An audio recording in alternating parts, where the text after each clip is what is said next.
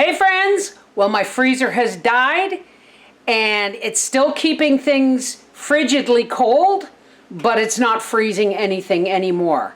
I'm not going to trust the pork, it's going in the garbage, but we're going to can up some ugly chicken.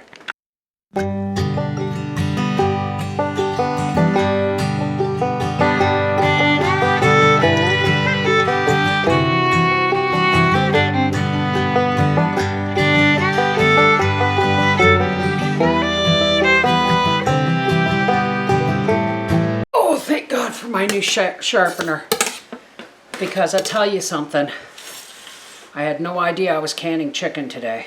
Chicken is still partially frozen, which is awesome, because that means it's savable. The pork, however, I just put this stuff in the freezer earlier this week, but the pork's been in longer. Thank God I put my little steaks in the fridge freezer, and my chicken breasts from before are in the little freezer. Okay folks, before we get to the canner and you think I've misspoke, bone-in chicken cans for less time than raw packed deboned chicken. Why? Because bones are pretty much hollow. So when you're canning these at 10 pounds pressure, check your manufacturer directions if you live for your area for the height of your elevation.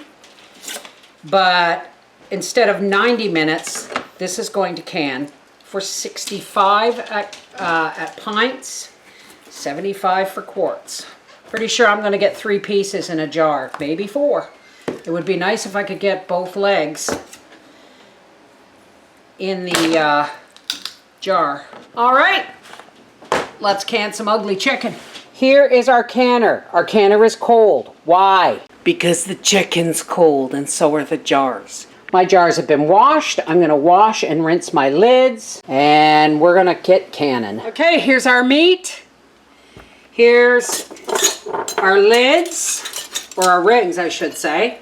And our lids washed and rinsed and soaking in hot water.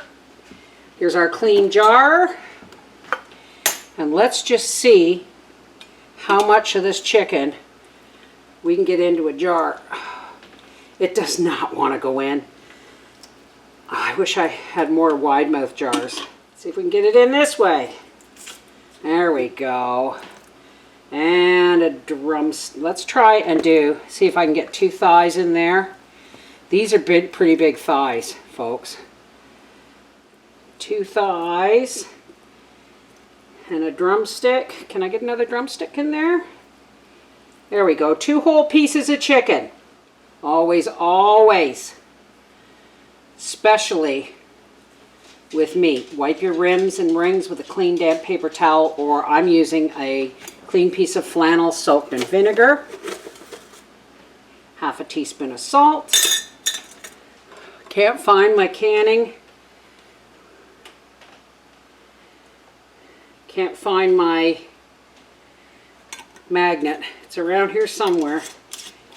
Into the canner that goes. Remember, this is cold meat, so it's going into cold jars, into a cold canner.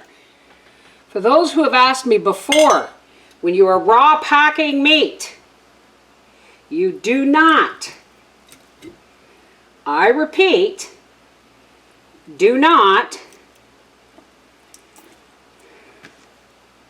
add liquid.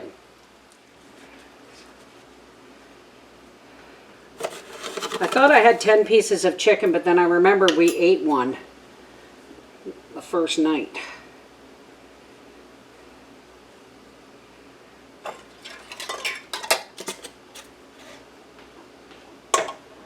Gonna put a little shot of white vinegar in there. Keep the jars from clouding up. We've got the required 2 to 3 inches amount of water in there. On goes the lid, and we're going to turn this on high, and we're going to wait for our steady stream of steam.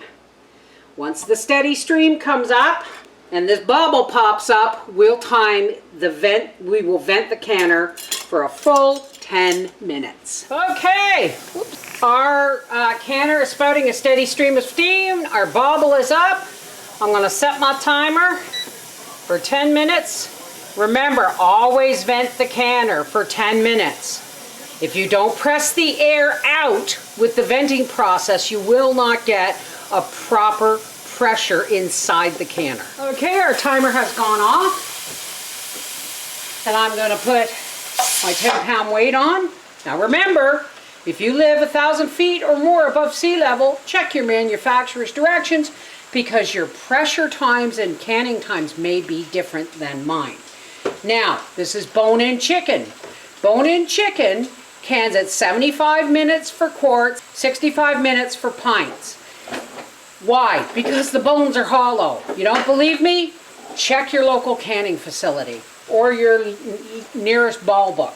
As soon as we get our first vigorous jiggle, we're going to start timing these for 75 minutes. There's our first vigorous jiggle.